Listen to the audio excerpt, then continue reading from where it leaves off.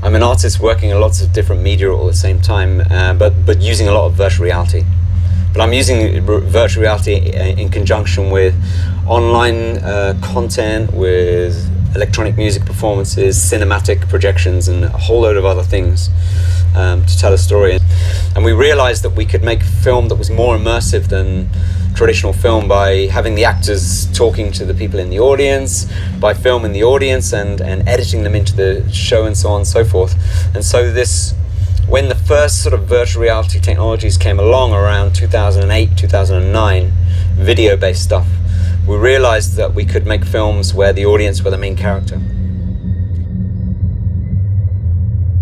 As a filmmaker, when I was making films, I was dissatisfied with the writing process. It seemed too straight.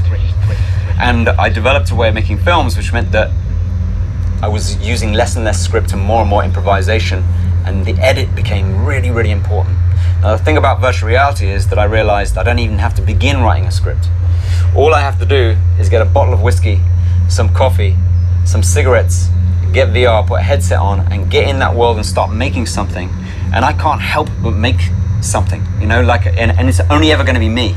The thing that I make is only ever going to be my style, the thing that I do. As long as it's such an engaging world to be in, making VR. The closest thing to it is making music. When you make music, you don't write a script.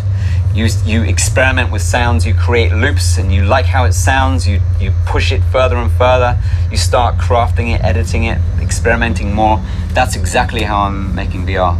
And the difference, I guess, is that, say I'm making music, generally there won't be a story, but with VR, because it's visual as well as aural, you can't, if I put 2 or 3 things in a room, you can't help but begin to piece a story together, because we're human beings. So that's quite an interesting thing to think about in terms of us and how we see the world, but it's also an awesome place to make art, you know. So virtual reality for me it's a liberation. The world is like that. There are people telling us what's true and what's not real, or, you know, what's true and what's not true. But all of that's bullshit, you know. They're just putting a narrative over something that's quite chaotic. So I like the idea of, instead of trying to tell a story very specifically to an audience, to present the world of that story and let them try and make their own sense of it.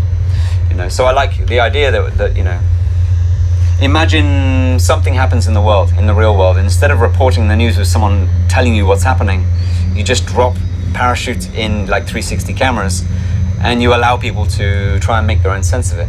Well, that in a way is what I'm trying to do with the stories that I'm telling, is that I'm parachuting cameras into moments in a life of somebody, and it's up to you to make the story. And the reality is, just as I can only ever make me when I'm making art, you can only ever really see the story that is you. And that's really interesting to me, and feels more contemporary than me telling you.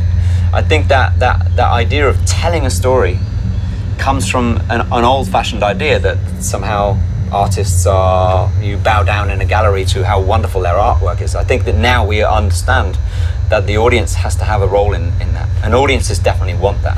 We know that from all of the audience trends across all different media. You know, computer gaming is the biggest media on the planet by double anything else, and the reason is because people have a role and they have to create their own story in that world. They have to seek it out. I think that's a more honest engagement with audiences. I think that what's interesting is that virtual reality is a medium which anyone can make. You know, the software to make it is free. It's easy to learn how to make this stuff, and there's been a long time where the artists have been a very small voice in the world, because the other voices in the world, public relations, marketing, are so loud and so they have so much cash, right? Virtual reality is a very profoundly extraordinary medium, and you know, if you see what people's faces when they're coming out upstairs out of the installation, you can see that it's a big experience, and so it means that our voice is louder than it was, you know, and so we try and pose questions about the questions that I have about the world. I want to share it with the audience and have a conversation with them, you know, to try and figure some stuff out. I think what's great about VR is that there are people coming now that wouldn't have come before to this kind of stuff. And I've really seen that, like in a place like this where it's free, where people can just walk in off the street. Similarly, in New Zealand, there was a place that I did that. Literally everyone from the town in New Zealand came. It was a very small town. So this is great, because then we're having a much bigger conversation with a much bigger group of people. And I think, you know, I don't want to exist in a niche. And I don't want to have to become poppy to reach a lot of people. I do want to have hard things to say, and I do want to make work which is maybe disturbing, or which is saying things that you wouldn't be allowed to put on TV. So it's a perfect medium for that kind of thing, I think.